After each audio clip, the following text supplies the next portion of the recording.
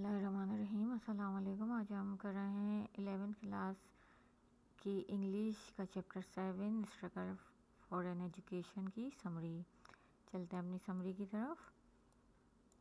This is the remarkable autobiography of Booker T Washington. یہ Booker T Washington کی ایک قابل ذکر آپ بیتی ہے.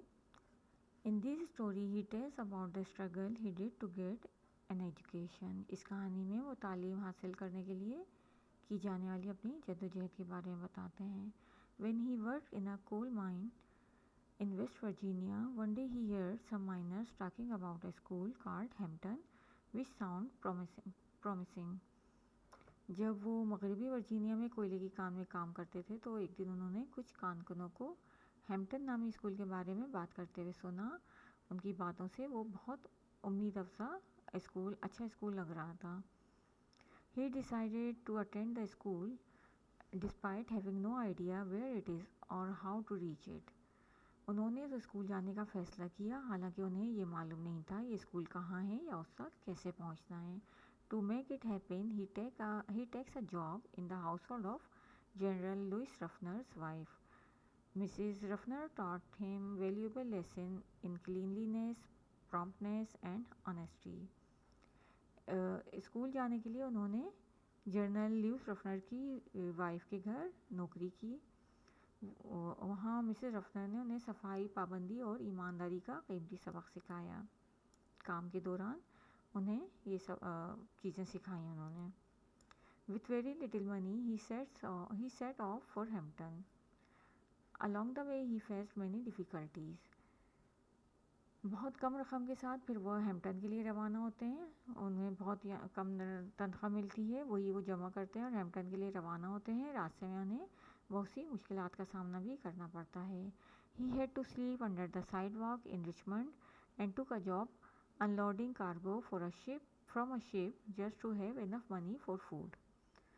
انہیں رچمنڈ میں فٹ پاتھ کے نیچے سونا پڑا اور جہاز سے سامان اتارنے کی نوکری کرنا پڑی تاکہ کھانے کے لیے کچھ رقم جمع کر سکیں. Finally he arrived at Hampton. آخرکار وہ ہیمپٹن پہنچ جاتے ہیں. At first the head teacher doubted his abilities but she gave him an opportunity to prove his skill by cleaning a room. آخرکار وہ ہیمپٹن پہنچ جاتے ہیں. پہلے تو ہیڈ ٹیچر کو ان کی صلاحیتوں پر شک ہوتا ہے کہ وہ یہاں نہیں ایڈجسٹ کر سکیں گے لیکن پھر انہیں صلاحیتیں ثابت کرنے کا موقع دیتی ہیں. وہ ایک کمرہ صاف کرنے کے لیے دیتی ہیں اس طرح تاکہ ان کی صلاحیتیں سامنے آئیں. The author proved himself by cleaning the room really well. جو مصنف ہوتے ہیں انہوں کمرے کی بہت اچھی طرح صفائی کرتے ہیں اور اپنی اہلیت کو ثابت کر دیتے ہیں. یہی چیز انہوں نے مسز رفنر کے گھر سیکھی تھی صفائی وغیرہ, تو یہی کام وہ یہاں کر کے اچھی طرح اپنی صلاحیت کو ظاہر کر دیتے ہیں. Because he did such a good job, the head teacher admitted him in the school. وہ بہت اچھا کیونکہ انہوں نے کام کیا تھا تو اس لیے ہیڈ ٹیچر نے انہیں اسکول میں داخل کر لیا. This story shows how determined and strong the writer was. اس کہانی سے پتہ چلتا ہے کہ مصنف کتنے پرعزم اور مضبوط انسان تھے.